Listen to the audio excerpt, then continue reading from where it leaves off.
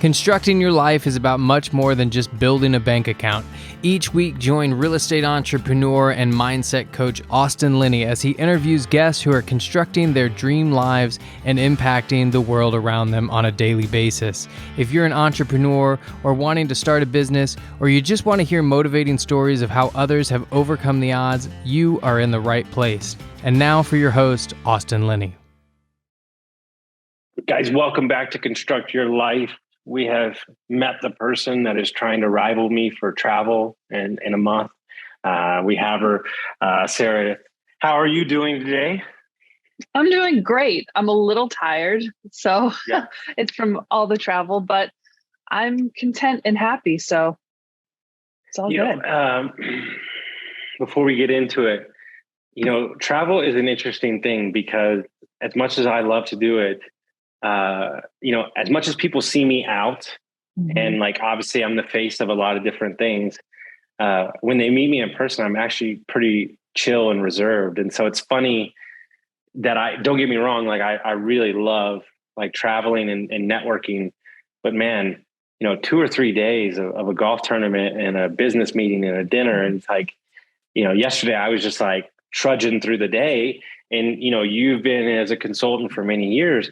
I feel like the thing that started for me, that really created the next level, was being able to do it or get through it, what I needed to do, even when I didn't want to. Yeah. And I think that's the first kind of level up for people. In college, I used to, true story, I wouldn't go to class if it was raining. That was my attitude all through my 20s, is if it's good, if everything's great, if I'm making money, if nobody's messing with me, I'm going to be in a good mood. I'm a front runner.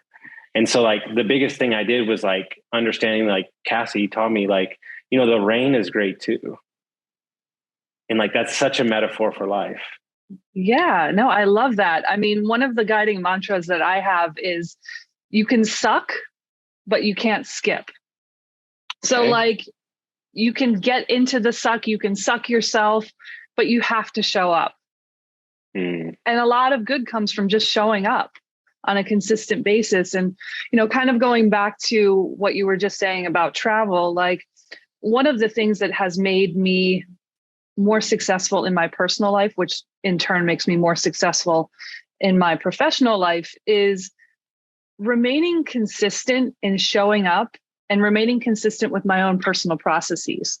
So what are my protocols? How am I bookending my day? How are my nights? And then what is that translating into how are my mornings? And so there's a lot of things that I do, even when on the road and at home, that really help me with that. And I really love tracking my habits and remaining consistent in the productive habits that I have, because there's a lot of unproductive habits that we acquire, and sometimes we don't even realize it.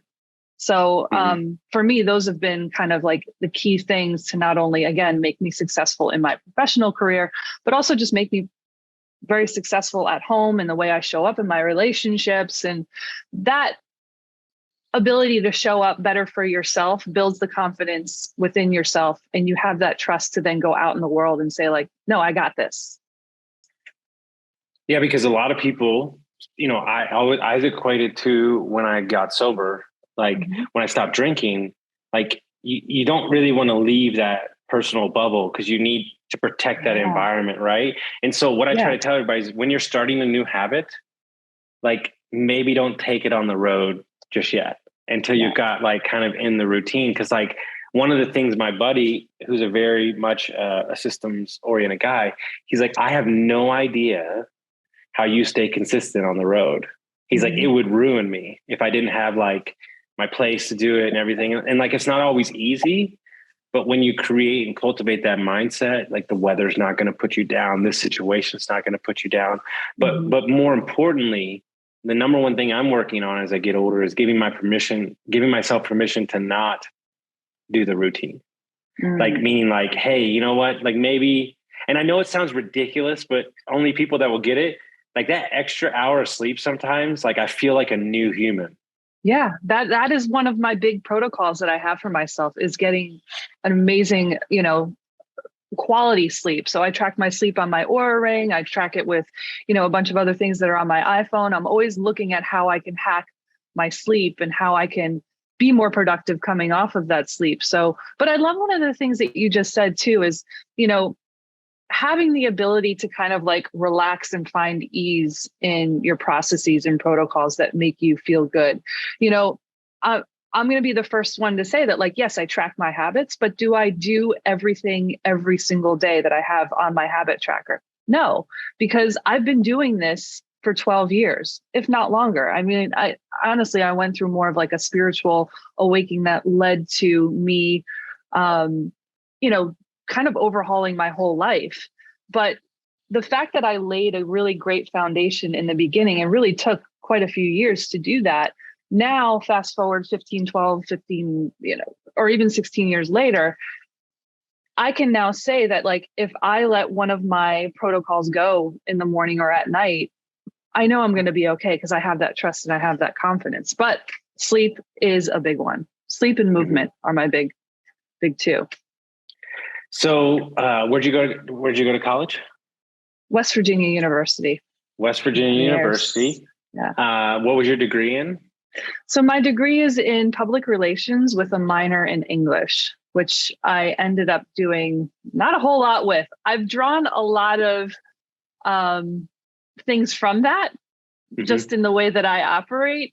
But I ended up right out of college working in finance, which was kind of funny because I started off as a business major and I was like, I don't want to take these accounting and econ classes and this is terrible. So I kind of like ran away from that, but it's kind of fun to look at it and be like, no, karma was like, we're coming back to that. And I just came to it in a different capacity. I came to it from, using the English minor that I had. I did a lot of writing. I did a lot of proposals. I worked with the sales team. I worked in the business development side of things. And so there was a lot of things that I leveraged from my education to allow myself to be successful in specifically hedge funds and private equity. And what did you do for those hedge funds and private equity? Yeah, so I did business development, which is a very big term, but there's so many different places that I kind of went within that world. Like I said, I worked very closely with the sales team and helping them create proposals and approaches for the prospects that they were working with, or even the clients that they had acquired, for them to really present something attractive that the investment team was kind of like pushing towards them, if you will. There's different, there's different funds, there's different ways of approaching hedge funds and private equity. And so specifically with a prospect or client, you kind of have to tailor that approach and, longevity for them. And how long did you do that job? Did that for almost 10 years. Yeah. For 10 years. Right on. Yeah. And then what was the next kind of iteration of your career? So working in that environment, and so I worked on Pine Street, which is downtown New York City, right off of Wall Street. And so working in that environment, being one of very few females, I really found that I thrived in a lot of ways professionally, which on paper, it's like, I would look at everything that I had accomplished on paper and say, like, how dare I ask for more? These are the dreams that I had. I was excelling in ways that like a lot of my peers were not, and a lot of like females were not. But I ended up coming up very short personally. I had this like pull in myself that just every time I walked into the office, I was like, I'm not happy, but I should be happy. And that really like took some soul searching to figure out, well, why is that? And I think it's because I had created a persona for myself of being a high achiever and also being a very masculine energy female, which I think was cultivated from a survival standpoint.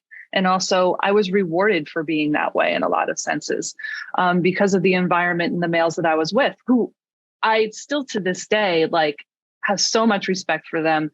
I'm often the one that sits here and says, although I'm a female in this industry, I'm not going to sit here and be like, I'm a feminist, I only want to work with women. No, I love working with men.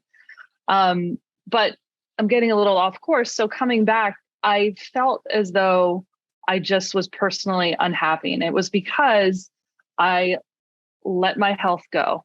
I was not focused on my relationships. I was spending a lot of time in the office. And when I wasn't in the office, I was thinking about all of the things that I had to do. So I wasn't even present when I was outside of the office. There was a bit of travel involved in that. But so I really went on this soul search of just saying like, okay, like bring it on. Like, let me see the path that, the powers that be want me to take. And so I remember this so clearly. I took a lunch break, which I never really did. Went for a walk, and I walked to Greenwich Village, and there's this like mystical type shop. It's a bookshop. And so I walk in there and I'm like, okay. And of my faith is I talk to God. And so I said, okay, God, show me where to go. So I go and I pick up this book, and it's a book by Pema Chodron. And I ended up buying that book and then buying several of her books right off of that. And it basically, she's a monk, a female monk, which I found to be so interesting. And she just basically talks about like the Buddhist way and how you can become more happy in the chaotic environments that you're in. It's just focusing on yourself, which sounds so simple. But for me, in that moment, I needed that simplicity.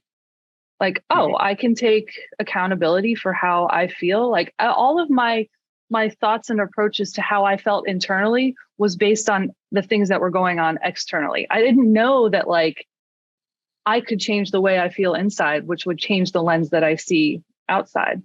So anyway, I end up, reading a few of her books, getting a little bit more into Buddhism, and really finding more peace within myself, which allowed me to feel more peace at work. And so through that, I realized that I needed to get healthier. Like I couldn't be staying out late. I couldn't be, doing a lot of the drinking that I was doing. I couldn't be eating the things that I was eating. And so I really went on this journey, and I ended up overhauling my life. I changed the way I eat. I changed the way I looked at the world around me and the people around me. And then that led me to a place of really wanting to gather more information and to get more education. So anyway, I ended up starting a health and wellness company while I was still working in my finance career. And during that time, it just gave me a really nice creative outlet.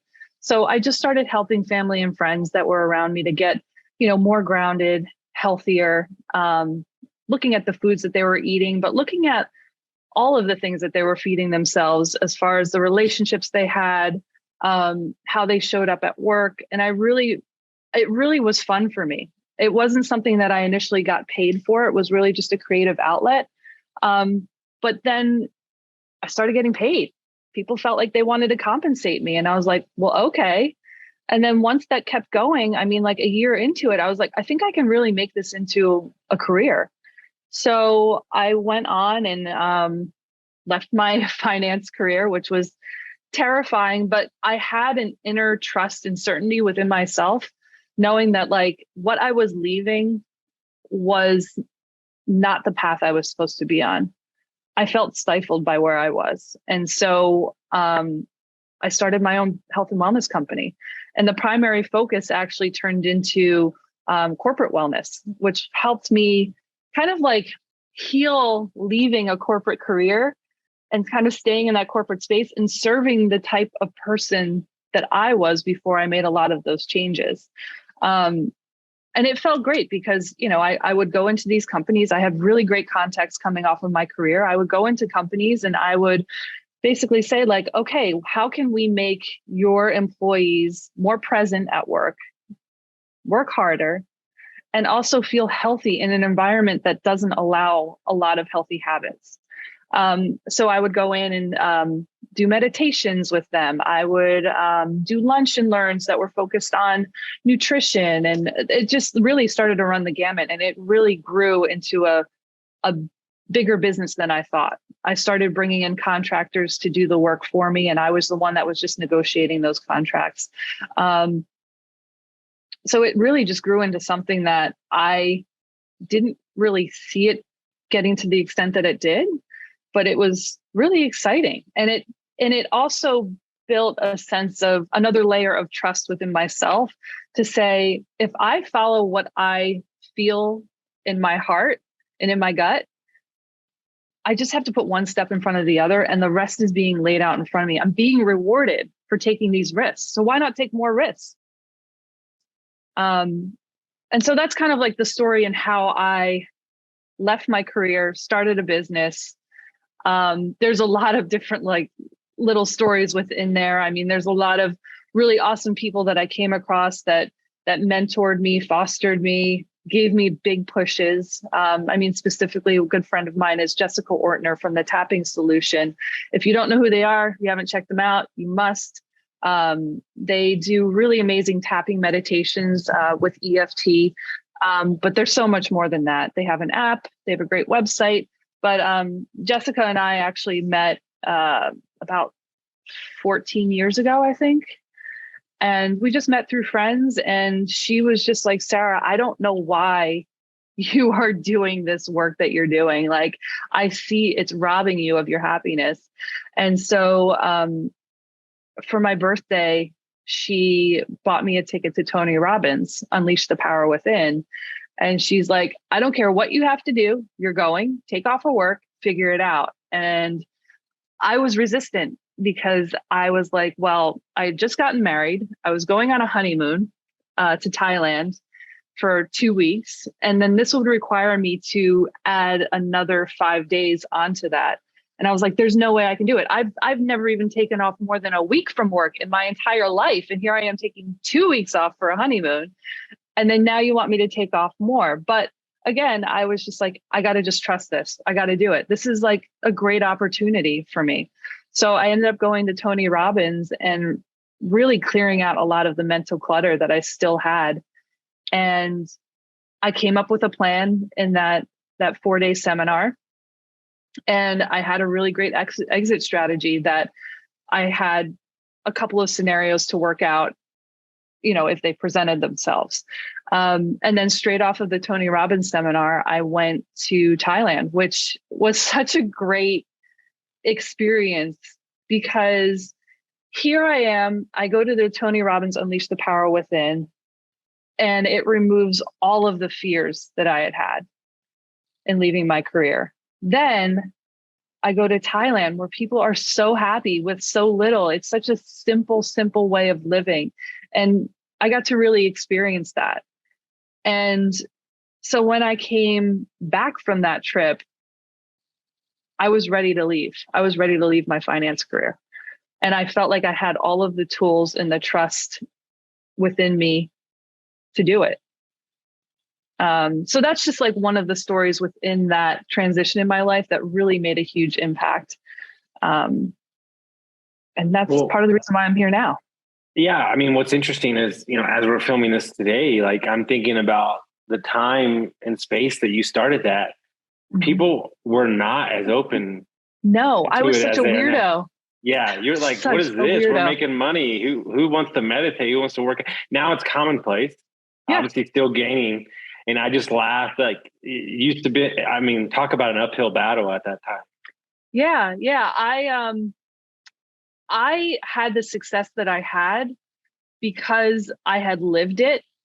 And it was a theme that was happening within a lot of people's lives, especially in that industry, that they hadn't yet realized. But from the moment that I started talking about it, so many people were like, oh my God, yes, this is what I need. So it really was, it was a very early time. I mean, I'm talking, this was 2011. And it was really before, you know, a lot of this information was, you know, in front of us on a daily basis. And we didn't have the access that we normally had. And it was great because I was passionate about it. You know, I knew that what I was doing was healing myself, but I knew I had really great information to heal other people, or at least just to give them a little sense of control within their life if they're feeling unhappy. Because I mean, I think ultimately, I see it on a day-to-day basis. We cast this big shadow of intrigue, and it's complex, like, to make money, right? Like, it's really not. When you learn enough and you're around it enough, like, here's the scenario, this is, margins, about like money, the money aspect. What I found to be exhausting, and what I've had the same conversation for 5 days with the health insurance guys, leaders of many companies, is we've made wellness and eating right and working out way too complicated. Mm-hmm. And there's so much information out there. It's become information overload. And so what that means is you don't do anything. Yep. Yep. And for me, like, what I say to people is, like, stop collecting information and check your bullshit and then take action. Like, that's really all you need to do, is do something. But recognize the bullshit you're feeding yourself on a daily basis. What stories are you telling yourself? Where's the truth? Because so many people go through their lives not recognizing that they're telling themselves stories, that they're telling themselves victim stories, or stories that have been ingrained within their mind since they were a child. And they don't stop and think, like, is this true? Is this voice that's telling me all of these stories actually true? And so one of the things I like to do is actually name that voice. You can call it whatever you want. You can call it, I love Phil Stutz. He wrote The Tools with Barry Michaels, and also Coming Alive. Great books. If you haven't checked them out, you must. He calls it Part X. And knowing that there is a part of you that tells stories, and there's a part of you that can rewrite the stories. And so it's all your choice. Mm-hmm. So whether you're willing to accept the bullshit that Part X is telling you is really up to you. And so I looked at myself, and I love checking my stories. It's a constant thing that you always have to do. It doesn't ever end. And so, yeah, I'll have stories that come up in my mind, like the story that you were telling yourself about the rain and not going to class, like, it's just so fun now to look back at that and be like, that was such bullshit. Why was I doing that? It's because I didn't want to be uncomfortable, Mm-hmm. Oh, 100%. And so, yeah. I mean, you're just saying, because uncomfortable, like, that is the bigger issue, right? We're all too comfortable. Yeah. Like, like, my joke is, like, what a fever's job is? It's to regulate the body. But the moment that we have a fever, we reach for a pill. Yeah. Like, how about you just let it do what it's meant to do? Yeah. Yeah. And it's so interesting to me too, because I've done it myself, but now seeing it with my clients, we want things to be comfortable. Overtly and out in the world, we can, pump our chests up and be like, I got this, I'm strong, I can figure out anything, blah, blah, blah. But the reality is, behind closed doors, you just want to be comfortable. And so what is that comfort doing to you and your growth?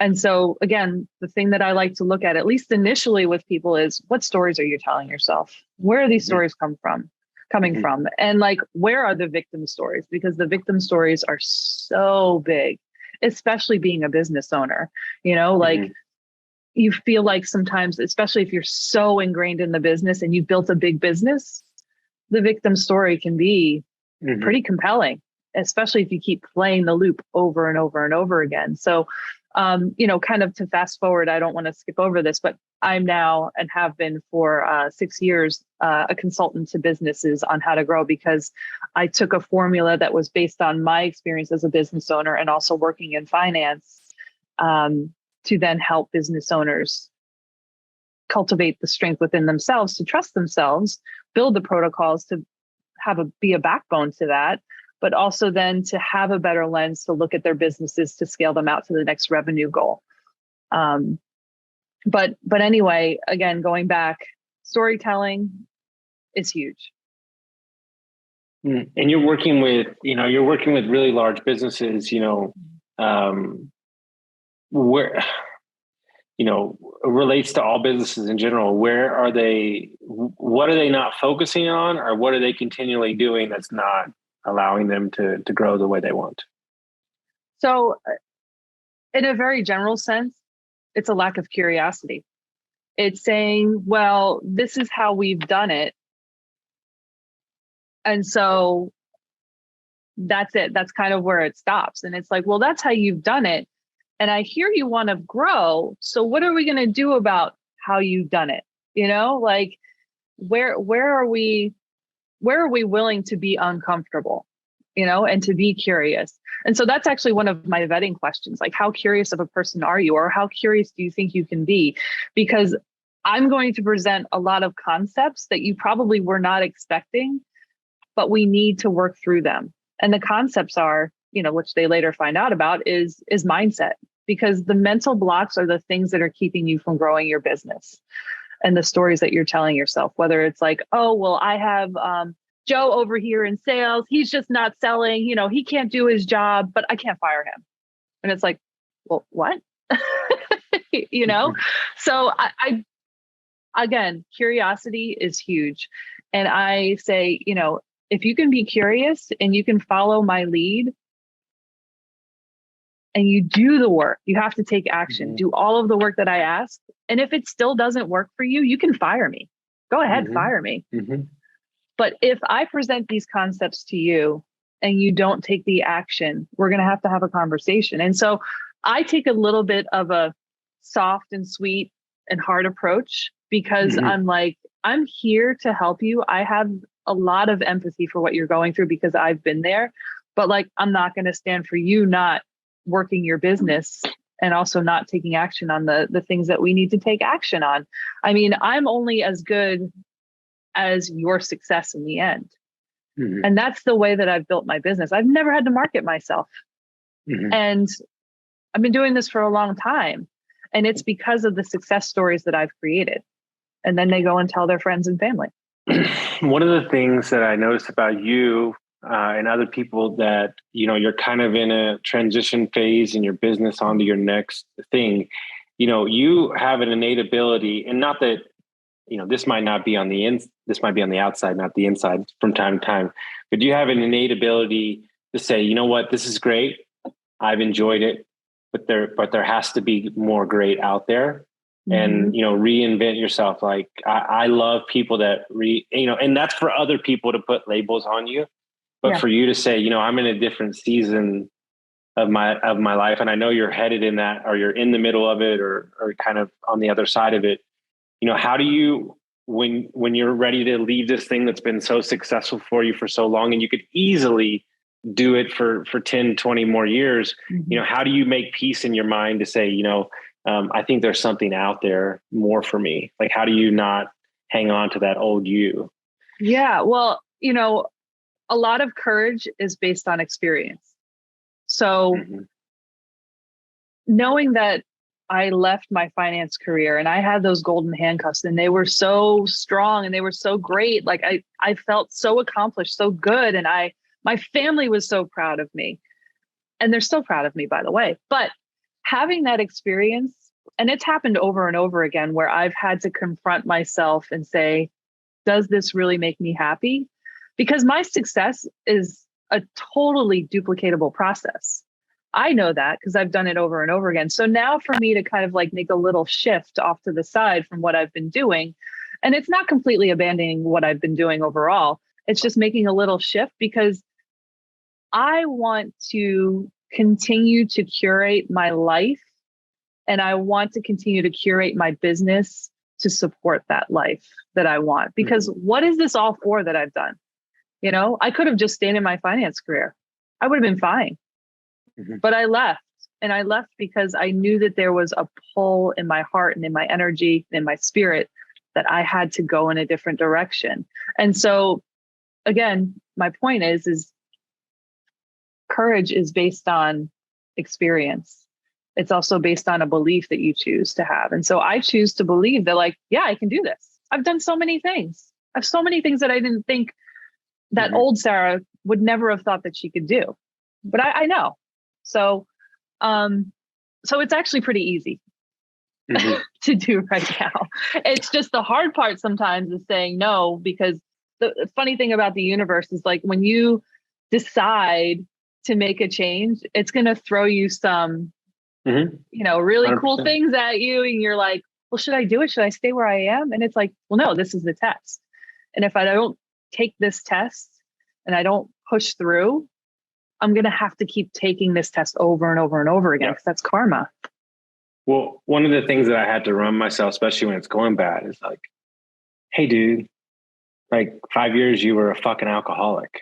Like, do you get that, like, where you want to be now is like where you wished you would be your entire life. And I have a lot of surreal moments. Like, you're just like, okay, like, this is like, I'm a, you know, for lack of a better word, like I'm a CEO of multiple companies. Like, this is fucking amazing. This is like what you wanted.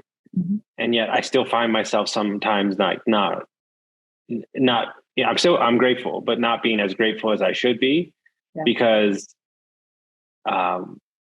there's a lot of, which I wear with pride, but there's a lot of burden. Like, here's where it's changed for me.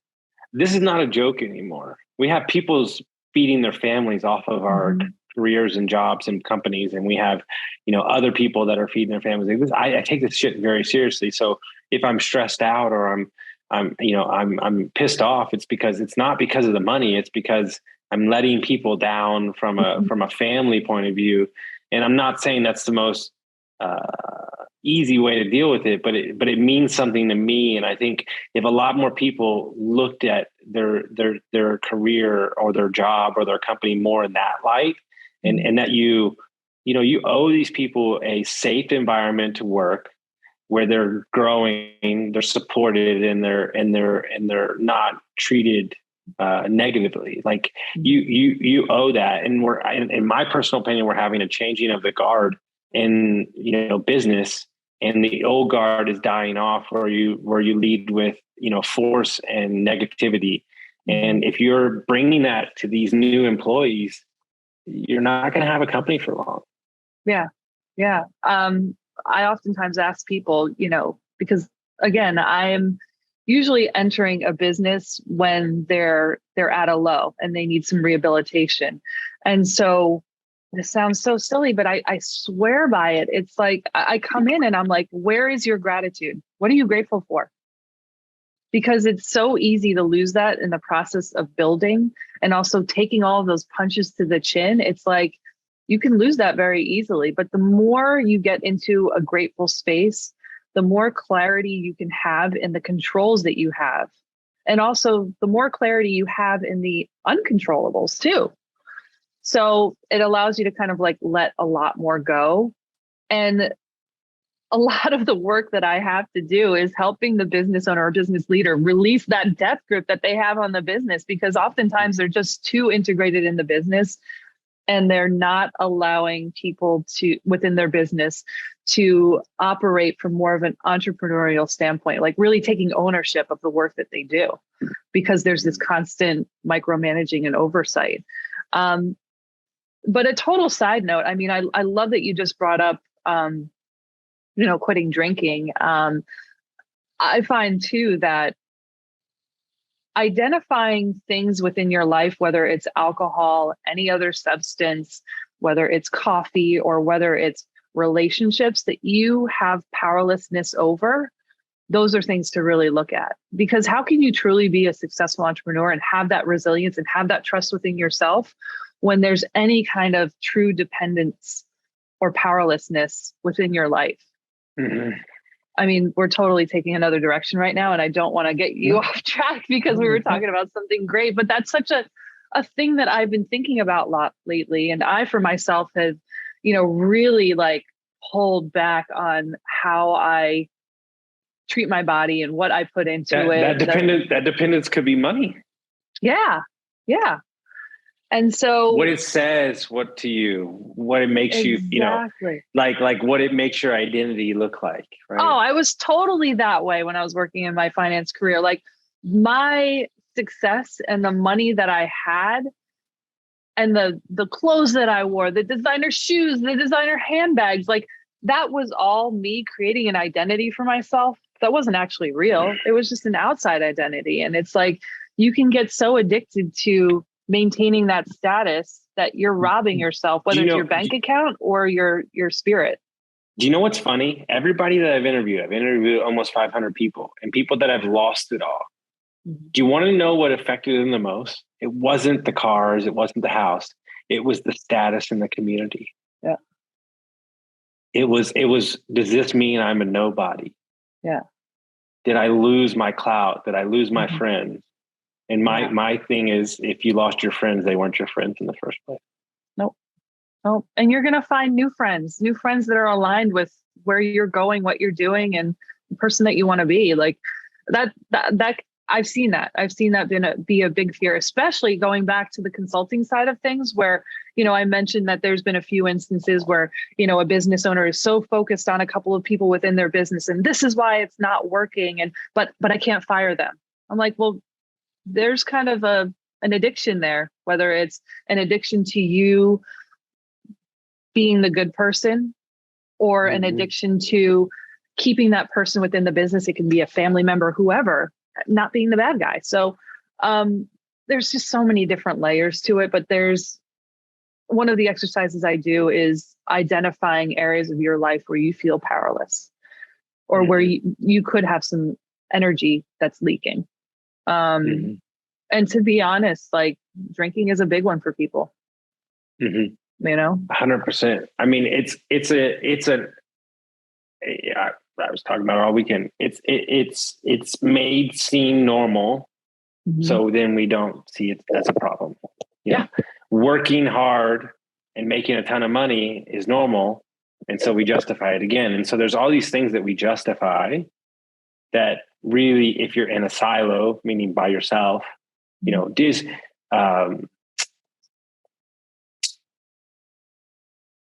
the act of helping for me is so ingrained in who I am that sometimes I don't realize how much I'm helping, because you're so stuck in your thing and you're like, hey, but what I've basically made peace with is like, I can't control this conversation and when you hear this message, and it might not be what you want to hear right now, but you might hear it in 3 years.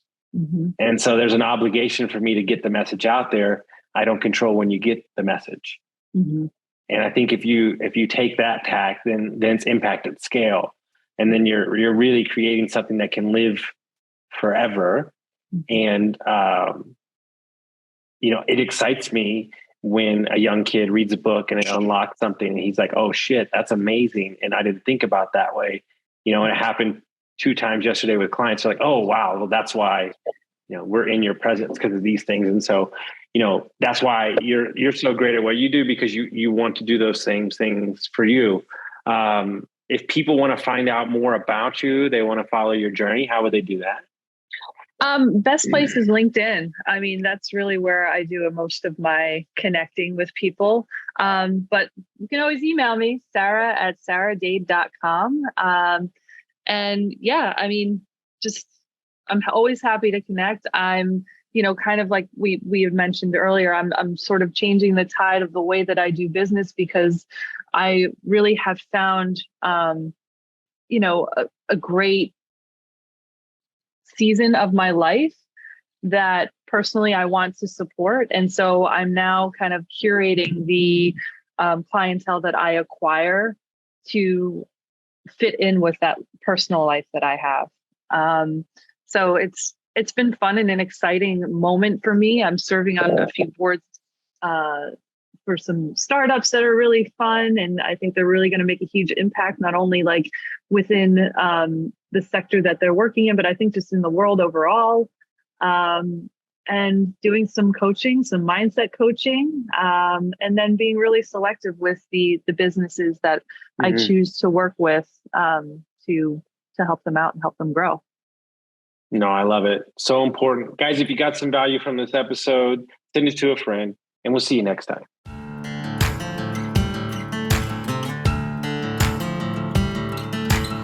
Thank you for listening to Construct Your Life with Austin Linney. If you enjoyed this episode, be sure to rate, review, subscribe, and pay it forward by sharing with a friend. Most importantly, take this opportunity to start constructing your life by taking immediate action on what you learned. For show notes, resources, and more information on one-on-one coaching with Austin, visit constructyourlifepodcast.com.